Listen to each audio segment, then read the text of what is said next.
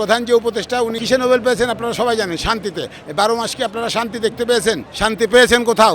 কোথাও শান্তি পাননি। অতএব যে ব্যক্তি শান্তিতে নোবেল পেয়েছে সে ব্যক্তি শান্তি কি দিতে পেরেছে? দিতে পারেনি। অতএব আমরা আহতরা এখনো কাতরাচ্ছে মেডিকেলে, কারো হাত নাই, পা নাই, চোখ নাই, তাদের ঠিকমতো সুস্থতা হচ্ছে না। 12 মাস পরে একটা উন্মুক্ত জায়গায় এসে প্রোগ্রাম করছি। 12 মাস আগে লুকায় লুকায় গান করতাম।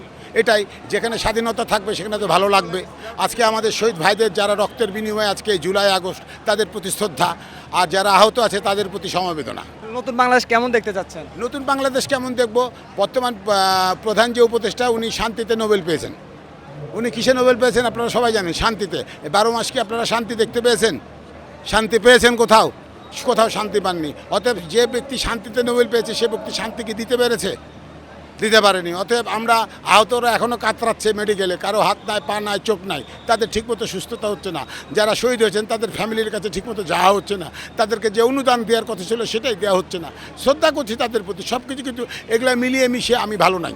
আমি মিথুনবাবু কণ্ঠযোদ্ধা ভালো নাই, কারণ আমি এক হাতে মৃত্যু আর হাতে মুক্তি নিয়ে চলেছিলাম। আমরা কাজ করেছি, আমরা এখনও কাজ করব কিছু পাওয়ার আশাই না, দেশকে দেওয়ার আশাই। আপনাদের একটি গান এই অভ্যুত্থানে খুব বেশি সাড়া ফেলেছে মানুষের মধ্যে। আমরা মোট 39টা গান করেছিলাম, তার মধ্যে বেশি সারা পড়েছিল দেশটা তোমার বাপের ডাকে।